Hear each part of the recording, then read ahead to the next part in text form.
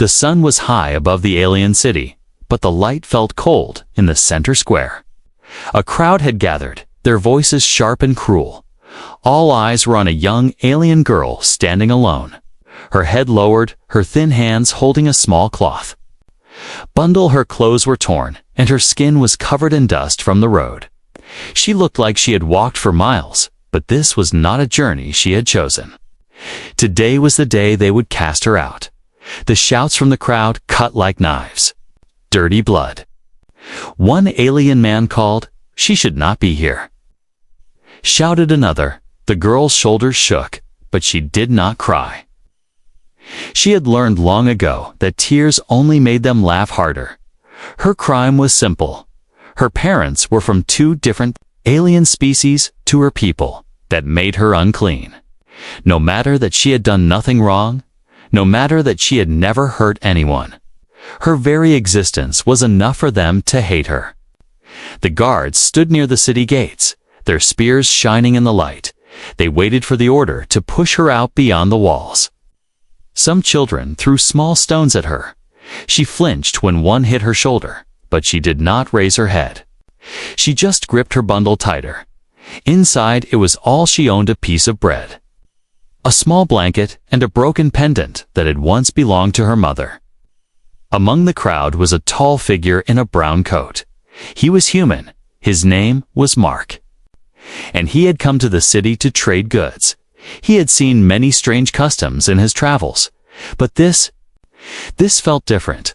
It wasn't just lit, was cruelty. He watched as the girl stumbled forward. A guard pushed her hard, and she fell to her knees in the dust. The crowd laughed. Mark's jaw tightened. He had told himself 100 times never to get involved in local politics, but something inside him refused to let this pass. The city elder, a tall alien with dark eyes and a voice like steel, stepped forward. "This is the will of our people," the elder announced. "This girl is dirty by birth, and she will not stain our streets any longer." He nodded to the guards. They grabbed the girl by the arms and dragged her toward the gates. Her bundle fell to the ground, spilling the broken pendant into the dirt. The girl tried to reach for it, but the guards pulled her away. Mark moved before he had even thought about it.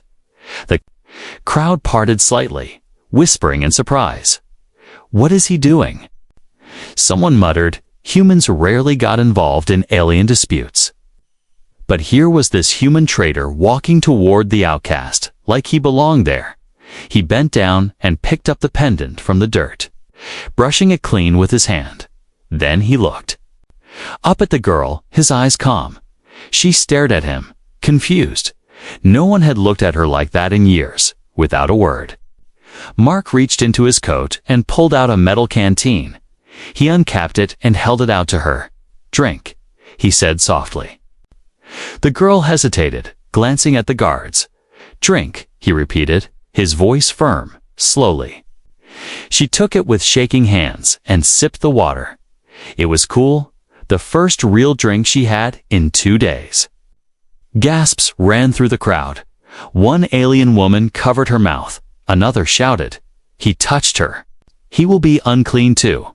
The city elder stepped closer, his face full of anger. "Human," he said sharply, "you do not understand our ways. Step back." Mark stood his ground. "No one is dirty for being born," he said, his voice carrying. Across the square, some in the crowd looked away, uncomfortable. Others began to shout, "Leave her. Let the will be done." The guards tightened their grip on their spears. Mark saw them glance at the elder, waiting for the order. The girl's eyes were wide now. No one had ever spoken for her, not once in her whole life. And yet, here was a stranger alien too. Her people shielding her in front of everyone. Mark handed her the pendant. She clutched it to her chest like it was the most precious thing in the world. The elder's voice grew cold. "If you interfere, human, you will not be welcome here again." Mark's answer was simple. "Then I'll leave," he said. "But she's leaving with me." The square went silent. For a moment, only the wind moved. Then a furious shout rose from the crowd. "Take him!" The guard stepped forward, but Mark didn't move. He shifted his stance slightly. Keeping the girl behind him, she clung to the back of his coat, trembling. The elder's eyes narrowed. "This is your last warning," he said. But Mark just looked him in the eye and replied, "You've had your last warning too." And then, without another word, he took the girl's hand and turned toward the open road beyond the gates. The crowd erupted into chaos. Some called for their capture. Others just stared, too shocked to speak. The guards hesitated for a moment, uncertain whether to follow without the elder's command. Mark didn't look back. He knew that once he stepped past those gates with her, nothing would ever be the same again. The road beyond the gates was dusty and empty. The wind carried the smell of dry grass and far-off rain. Mark walked quickly, holding the alien girl's hand. Her small fingers were ice-cold, and she stumbled to keep up with his long strides.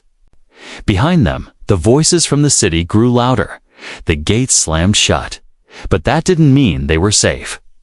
Mark slowed for a moment. Glancing back, he knew they would come after him.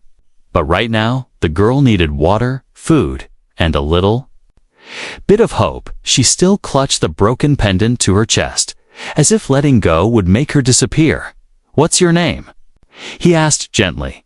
The girl hesitated before whispering, "Lyra." Her voice was soft, almost too quiet to hear.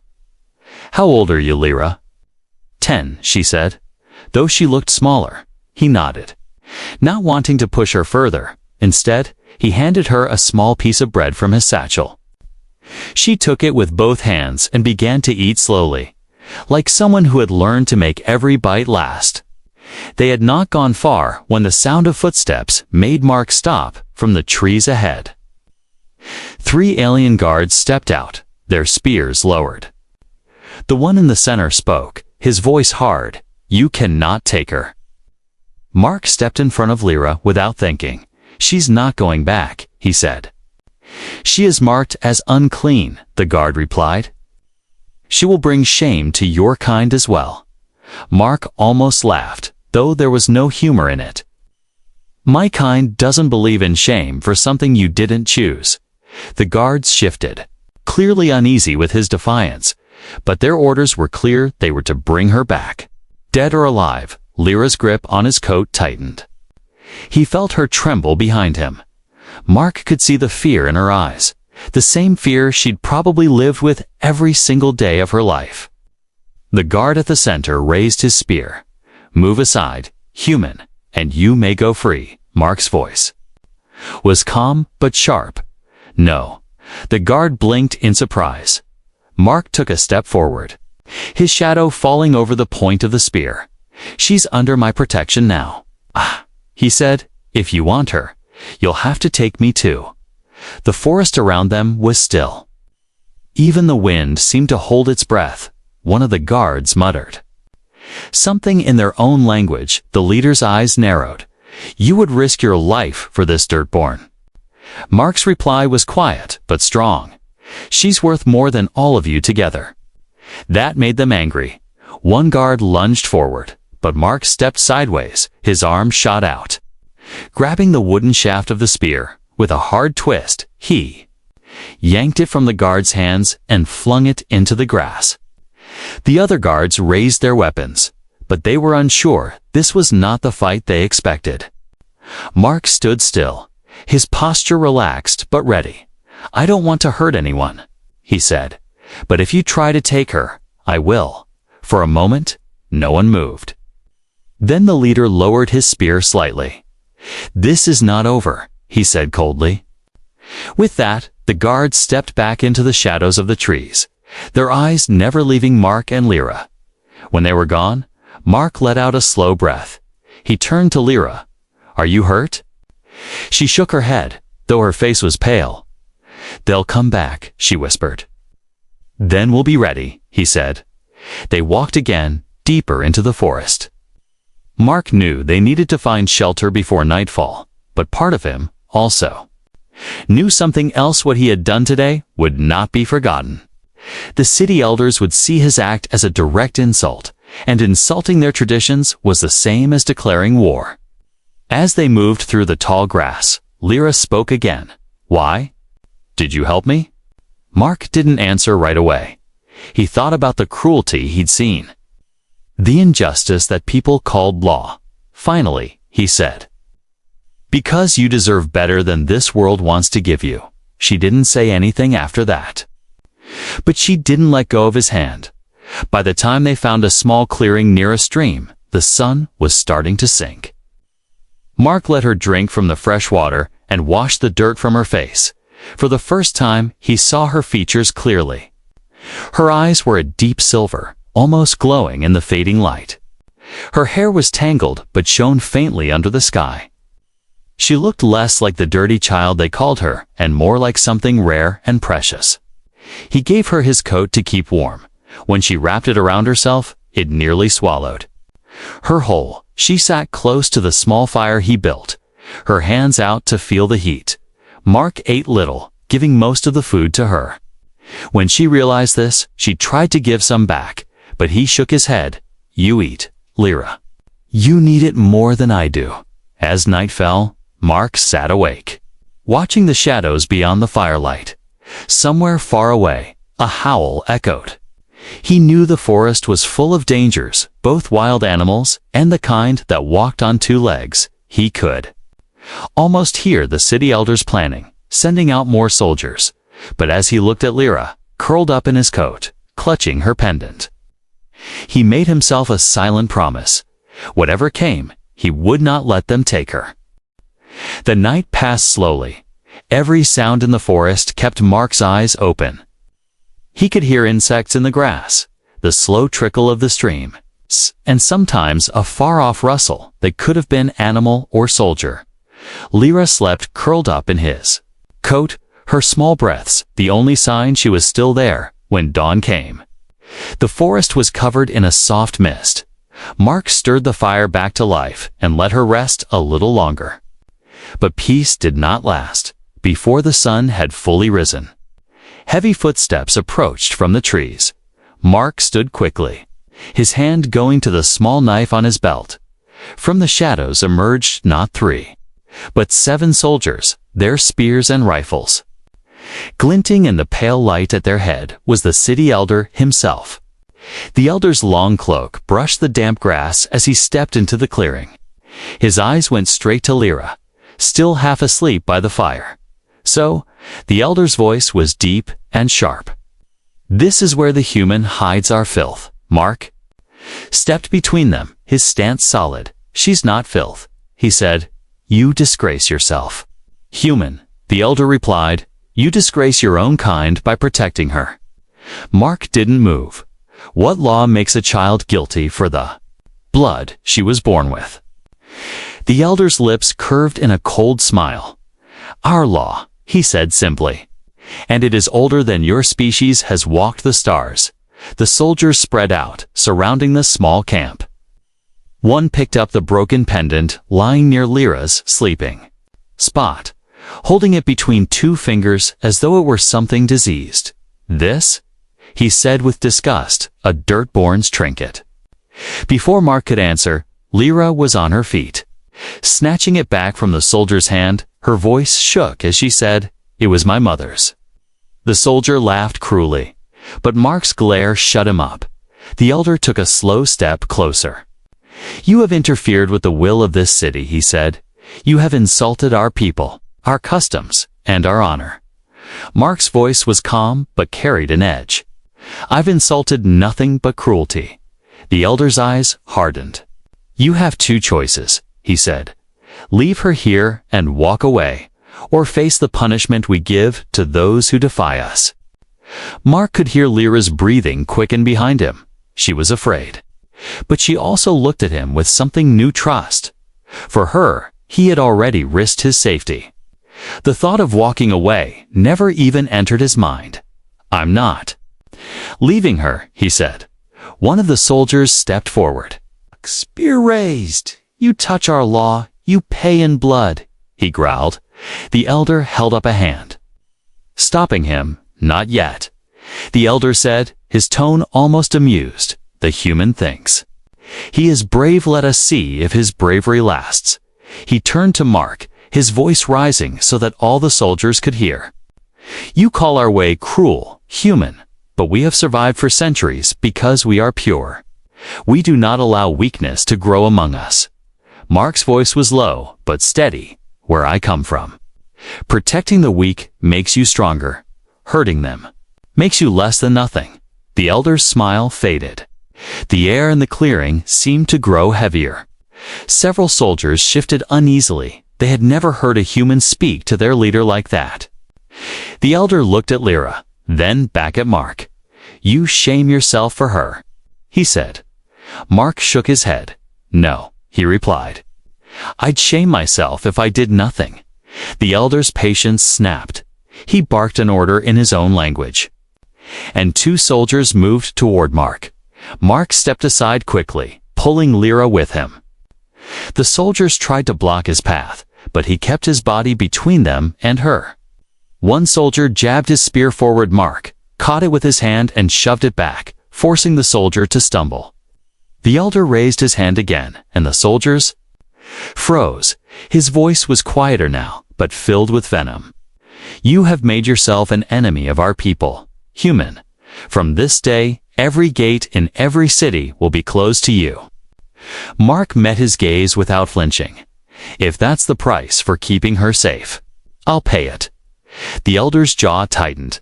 He looked at Lyra one last time with pure contempt. "Remember this, Dirtborn," he said. "No matter where you hide, you will always be what you are." Lyra's voice was soft but clear. "And I will always remember who tried to save me." Mark could see the anger in the elder's eyes. He knew they couldn't fight here, not yet. Not surrounded. But the moment the elder gave a sharp wave of his hand, the soldiers stepped back into the forest shadows, disappearing as silently as they had come. Only the elder's voice lingered in the air. "This is not over."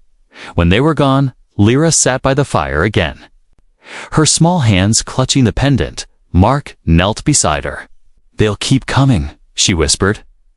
"I know," he said. "Anna keeps standing in their way." For the first time since he'd met her, she gave him the smallest of smiles. It wasn't joy yet, was something deeper, a spark of belief that maybe, just maybe, she wasn't alone anymore. The forest seemed quieter after the elder and his soldiers left, but Mark knew that kind of silence didn't last long. It was the kind that came just before the storm. He kicked dirt over the dying fire and packed what little he had into his satchel. Lyra stood beside him, still holding the pendant, her eyes darting to the shadows between the trees. "They'll follow us," she said, her voice low. "I know." Mark replied, "That's why we keep moving." He didn't tell her the truth that the elder's words meant they wouldn't stop until she was taken, dead or alive.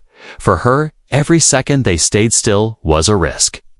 They set off toward the deeper part of the forest, where the trees grew close together and the undergrowth was thick. Mark knew this would slow them down, but it would also hide their tracks. The air was damp, and the smell of moss clung to every breath. Birds called from the high branches, their cries sharp and distant. Lyra walked quietly, matching his steps. Mark noticed she kept glancing over her shoulder. "You've been in these woods before?" he asked. She shook her head. "No, we weren't allowed to leave the city walls." That explained the way she looked at everything, as if every leaf and branch was something new. But her fear was never far away. Every sound in the distance made her flinch. By midday, they reached a narrow stream that twisted through the forest like a silver ribbon. Mark stopped to let her drink and refill the canteen. The cold water seemed to give her a little more strength. They sat on a fallen log for a few minutes. Mark tore a piece of dried meat in half, handing the larger part to her.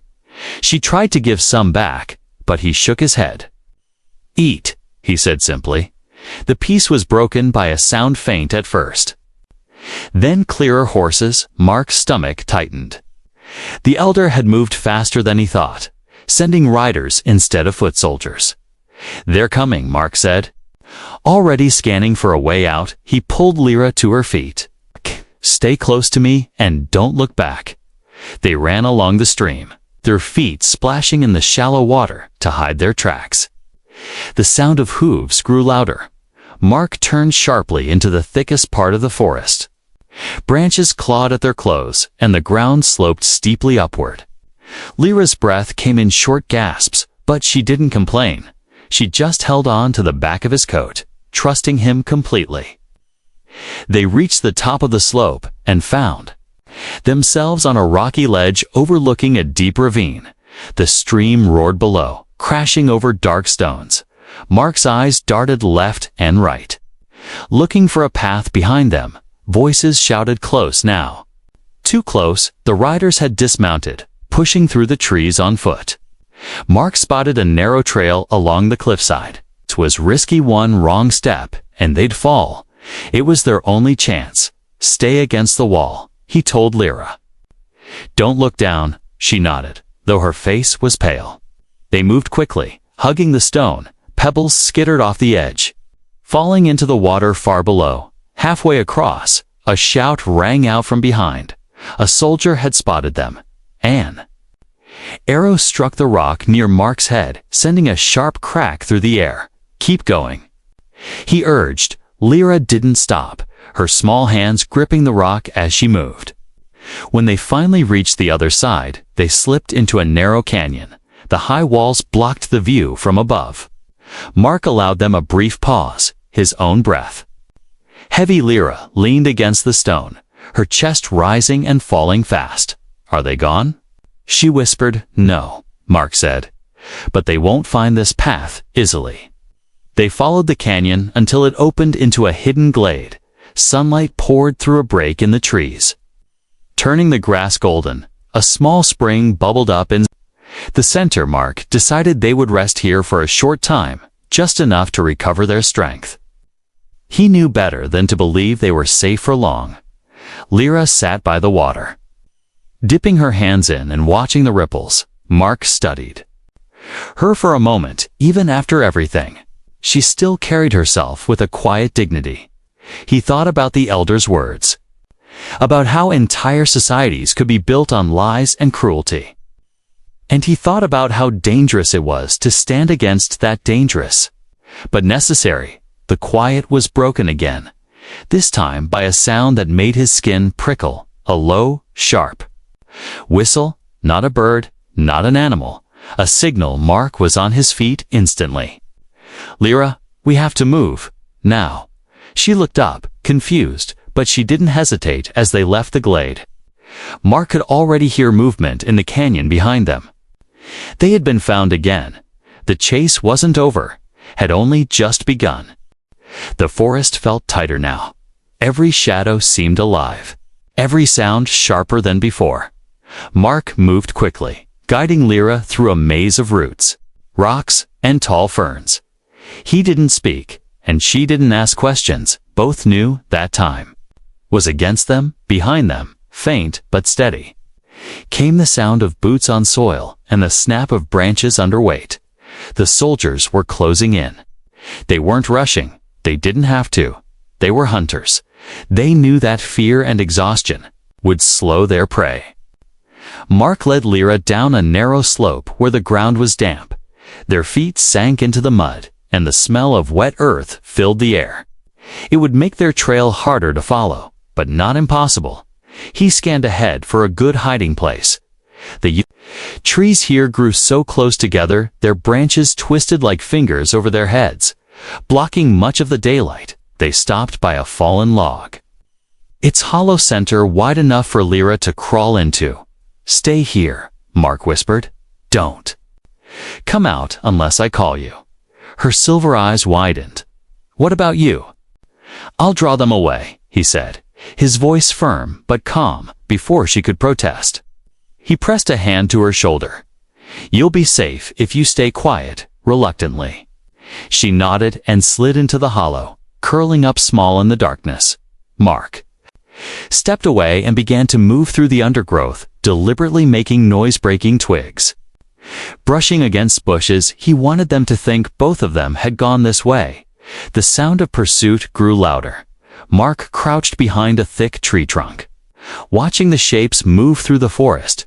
There were at least 6 of them now, spears and rifles in hand, eyes scanning the shadows. One of the soldiers, a tall alien with a scar across his cheek, stopped and knelt.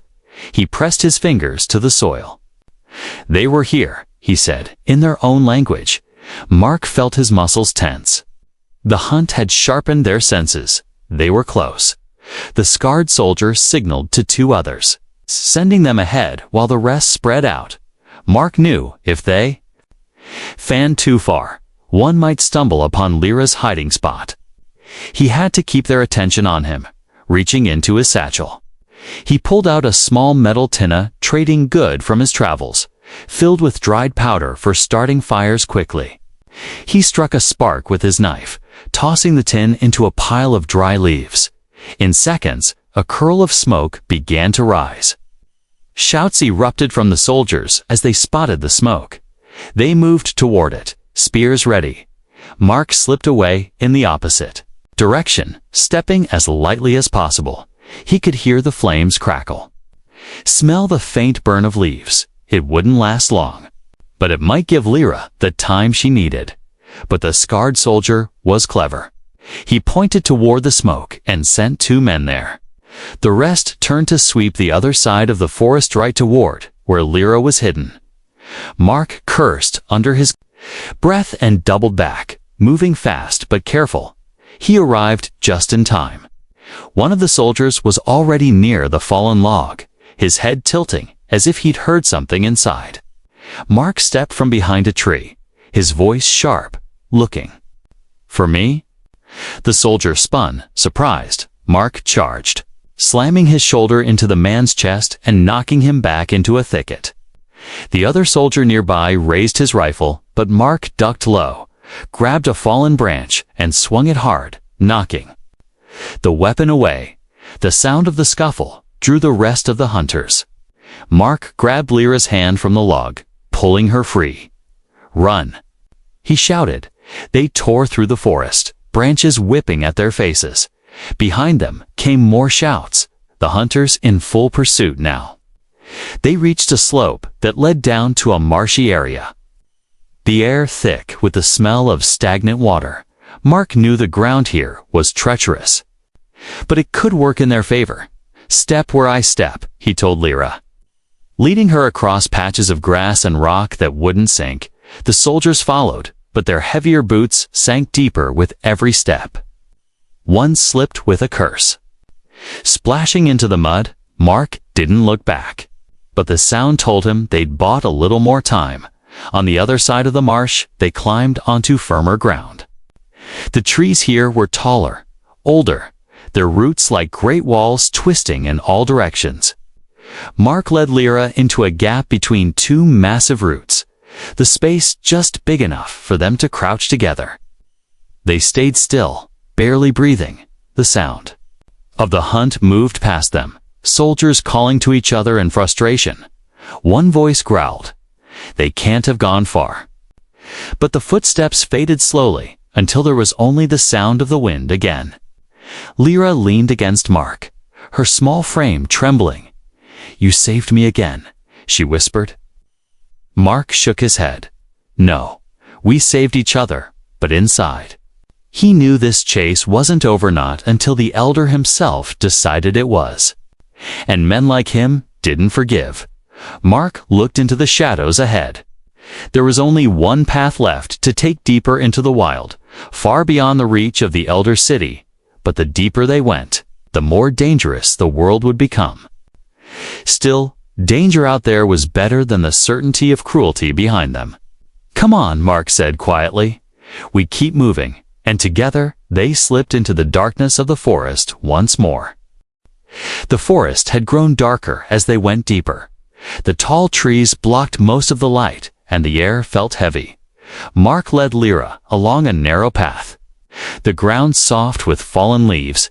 Every sound made him turn his head. He knew the soldiers hadn't given up. For 2 days, they kept moving. sleeping only when exhaustion forced them to, eating from the small supplies Mark carried and whatever wild berries they could find. Lyra didn't complain, but Mark could see the tiredness in her eyes. She was strong for her age, but the weight of fear was harder to carry than hunger. On the third day, the forest began to thin. Beyond the last line of trees, Mark could see a wide stretch of grassland. It wasn't open freedom, it was a trap waiting to happen. Crossing would make them visible for miles. But staying in the forest meant waiting for the hunters to corner them. They didn't have to wait long.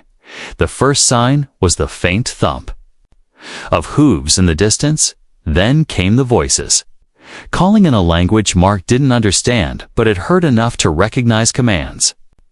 Orders the hunters had found them again. And this time they were closing in from both sides. Mark grabbed Lyra's hand. "We have to move," he said. They ran toward the grassland, hoping speed would be their only shield. But as they broke out of the trees, a wall of soldiers rose from the tall grass ahead, and at their center stood the elder. His dark eyes locked on them like a predator finding its prey. "So," the elder said, his voice carrying over the field, "the human who thought he could steal from us returns." Mark kept his body in front of Lyra. "She's not yours to take," he said. The elder's mouth curved in a cold smile. "She is ours, by blood, by law, and by the will of the people." The soldiers began to close the circle. Mark counted. At least 22 many to fight. He tightened his grip on Lyra's hand. "We're not going back," he said, his voice low but unshaken. The elder stepped forward, his cloak brushing the grass. "Why do you protect her, human?" he asked. "She is nothing to you, and she is less than nothing to us." Mark's voice was steady. "She's worth more than you'll ever understand." The soldiers shifted, ready to strike if given the order. Mark knew this could end badly, but before he could speak again, a small voice broke the air. It was Lyra, stepping out from behind him. Her silver eyes burned with a light Mark had never seen before. "You call me dirty," she said, her voice trembling but loud enough to carry. "You say I have no place among you, but I am more than the blood in my veins." The elder's face darkened. "You dare speak to me, Dirtborn?" Lyra didn't back down.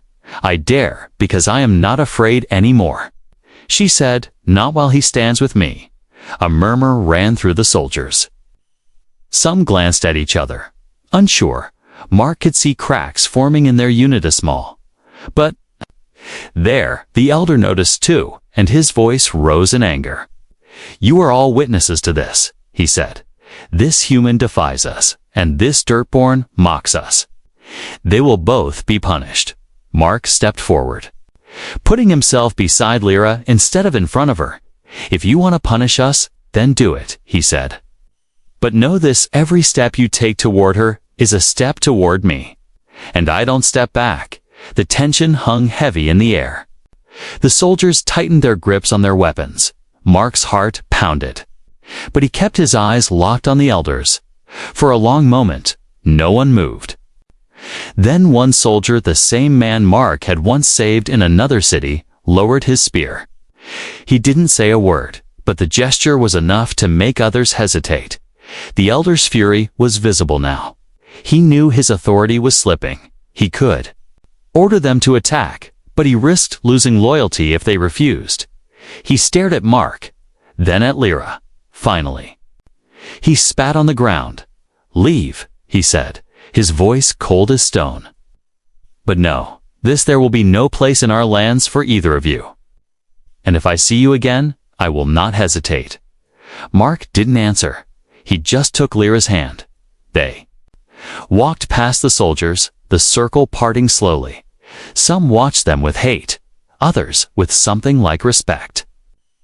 The elder never turned his gaze away until they were far across the grassland. When they reached the shelter of a small hill, Lyra let out the breath she'd been holding. "You weren't afraid," she said quietly. Mark shook his head. "I was," he admitted, but I wasn't going to let him see it. She smiled. Just a little. You didn't have to stand with me. Yes, I did, he said simply, in the distance. The city walls were nothing more than a shadow on the horizon. But for the first time since they'd met, the space between them and that place felt like freedom. The grassland stretched far and wide. The wind moved through it in waves. Carrying the scent of distant rain, Mark and Lyra walked slowly now, their steps lighter than before.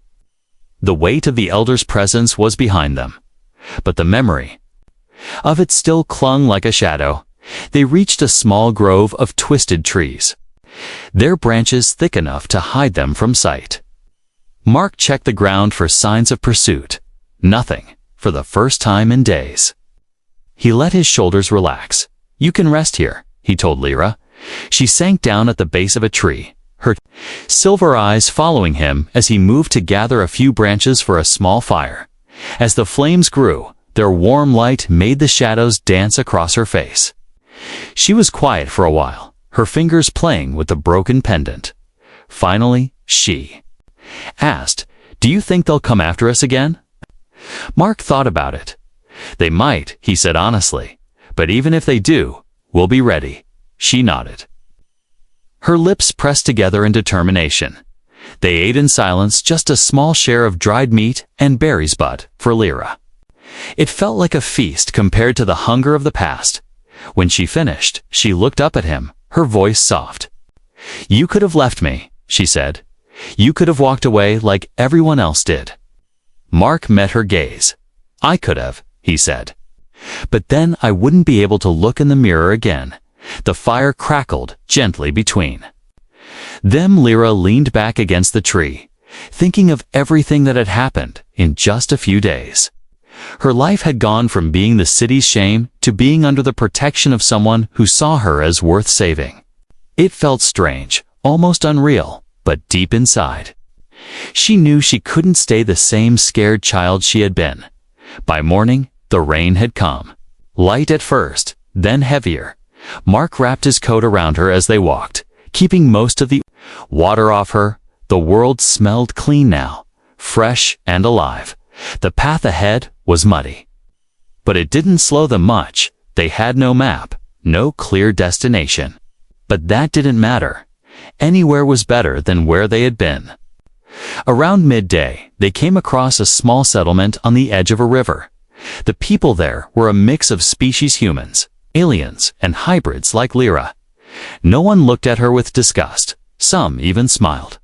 Mark spoke with a trader in the market, exchanging a few goods for food and dry clothes. Lyra stood close to him, not out of fear, but because she wasn't used to so many new faces. One old woman with deep green skin noticed the pendant Lyra wore. "That's a mother's keepsake," she said kindly. Lyra nodded. It was hers. The woman's smile was warm. "Then hold on to it, little one. It will remind you where you came from, and that where you go next is your choice." Those words stayed in Lyra's mind as they left the settlement with fresh supplies.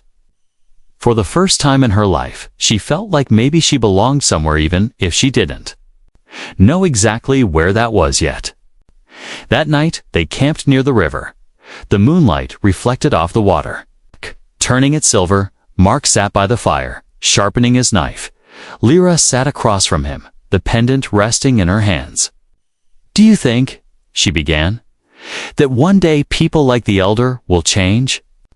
Mark looked into the flames. "Maybe," he said. "But change doesn't happen by itself. Someone has to stand for it." She tilted her head, "Like you did." He gave a small smile. "Like we did." There was a long silence, the kind that wasn't uncomfortable. Then Lyra said something that made Mark pause. "When I was in that city, I thought I was nothing," she said. "They told me so every day until I started to believe it. But now, I don't feel like nothing anymore." Mark's voice was steady. "That's because you never were nothing. They just wanted you to think you were." She looked at him for a moment, then smiled, not the small, cautious smile from before, but a real one. It was the kind of smile that said she believed his words. And in that moment, she wasn't just a child running from her past. She was someone with a future when they laid down to sleep. The rain had stopped, and the sky was clear. The stars stretched endlessly above them. Lyra pointed at them. "My mother used to say, each star was a story," she whispered. "Then I guess we've just started ours," Mark said, and somewhere far behind them in the city they had left. The elder might have still been angry. He might have still been calling her dirty. But out here, under the open sky, Lyra knew one thing. She was no longer alone. And for the first time in her life, that was enough.